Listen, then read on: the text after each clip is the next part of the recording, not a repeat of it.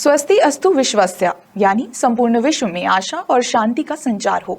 इसी मूल मंत्र के साथ भारत ने G20 सम्मेलन का समापन किया। G20 सम्मेलन के बीच अब खबर है कि इटली चीन के बेल्ट एंड रोड इनिशिएटिव को छोड़ने पर विचार कर रहा है। इटालियन मीडिया में ये चर्चा जोरों पर है।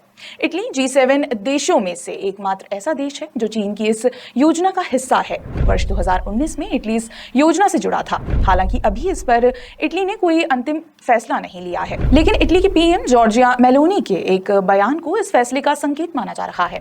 उन्होंने कहा कि चीन के साथ इटली के संबंधों में BRI के अलावा और भी बहुत कुछ है। खबरों के अनुसार चीन ने इटली को मनाने की कई कोशिशें की, लेकिन सफल नहीं हुआ।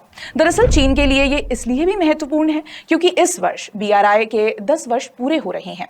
चीन ने वर्ष 2013 में ये योजना शुरू की थी, जिसका उद्देश्य तो ये बताया गया था कि चीन सड़क, रेल और समुद्री मार्ग के जरिए ऐतिहासिक सिल्क रूट को फिर से पुनर्जीवित करेगा। धीरे धीरे इसमें लगभग 150 देश जुड़ते चले गए, लेकिन परिणाम में ये हुआ कि निवेश के नाम पर कई देश चीन के कर्ज के जाल में फंस गए। इसके बाद कई देशों में इस योजना का विरोध शुरू हो गया और ऐसे विरोध से इटली भी अछूता ना रह सका। दरअसल इटली जिस वक्त इस योजना से जुड़ा था वो एक प्रकार से इटली की मजबूरी थी।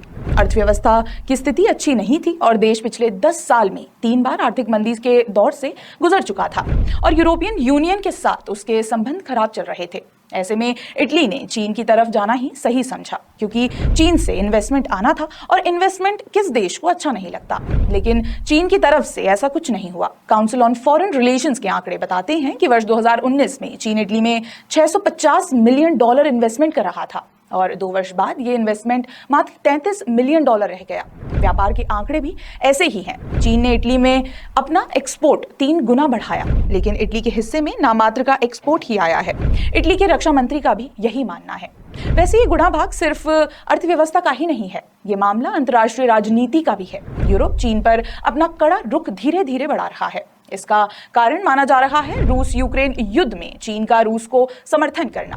अब इस मामले में इटली भी यूरोप से अलग नहीं है। वर्तमान प्रधानमंत्री मेलोनी के सत्ता में आने के बाद से इटली भी चीन के खिलाफ सख्त रुख अपना रहा है। मेलोनी यूक्रेन के भी कट्टर समर्थन में है और ताइवान के भी।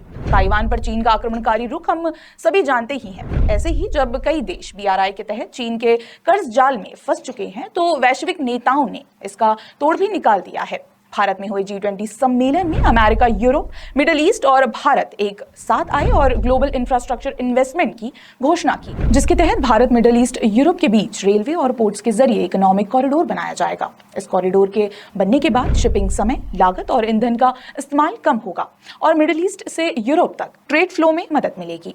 ये भारत के लिए बड़ी सफलता है। भारत चीन के BRI षड्यंत्र के खिलाफ ही रहा है। अब इटली ने भी चीन को झटका दे दिया है। ये सब उस समय हो रहा है जब भारत G20 की मेजबानी कर रहा है और चीन के राष्ट्रपति ने इससे इनकार कर लिया। शी जिनपिंग के सम्मेलन में शामिल ना होने की रणनीति कहीं चीन के लिए गलत तो साबित नहीं होगी। अभी तो इटली इस योजना से हटा है। आगे देखना होगा कि और कितने देश चीन की इस योजना से हटेंगे।